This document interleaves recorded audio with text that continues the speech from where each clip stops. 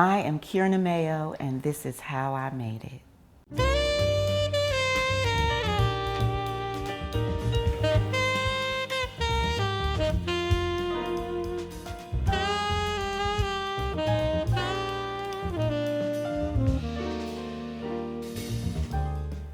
Before there were iconic images as a young girl, I remember my mom literally coloring in birthday cards before they made cards with black faces.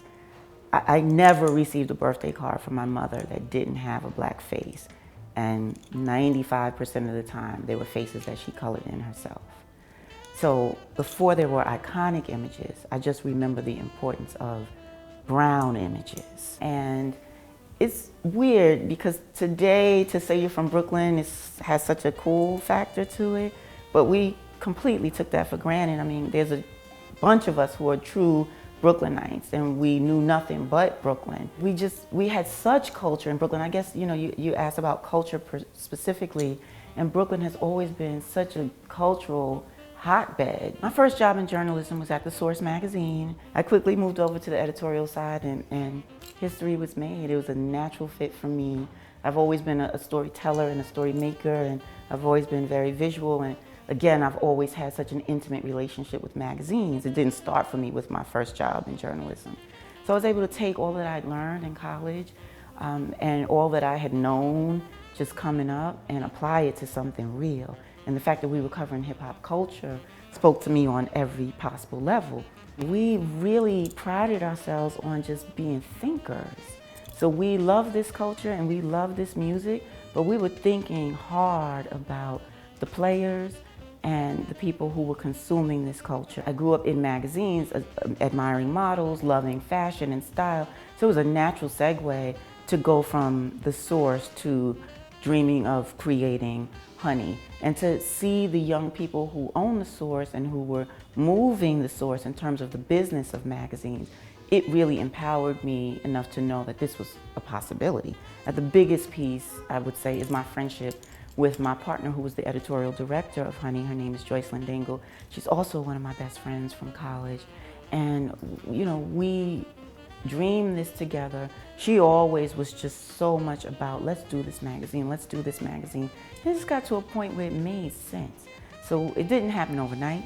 We shopped it for years, actually. Had a business plan that we peddled, and we spent every dime and every hour of our lives in Kinko's kind of strategizing this business that we were gonna have. But what we knew we needed to get off at Honey was the notion of black women at center.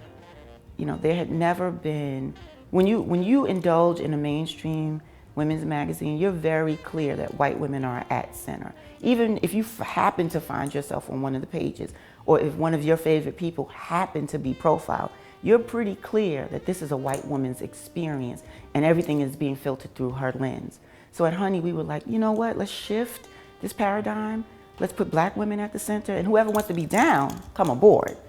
And that's one of the reasons that in the early days, we didn't define ourselves as a black magazine solely, even though the heart and spirit and nature of the magazine was clearly that of black women. In the time between Honey and today, my life has changed tremendously. I've done quite a bit in that time and space, but most importantly, I've grown into my own womanhood. That's my biggest transformation, is that I am now fully who I am and who I was meant to be. So, just getting to Ebony at this point in my life is really about the whole me. It's really about the 22 years of being in this game and loving words and loving images and truly loving black people. It's just all coming together so sweetly. Where I come from is definitely a major source of my creativity.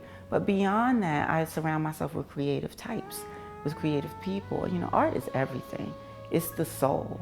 So when you're an artist, and which we all are if we just own it, but if you live through your artistry, you have a much richer life.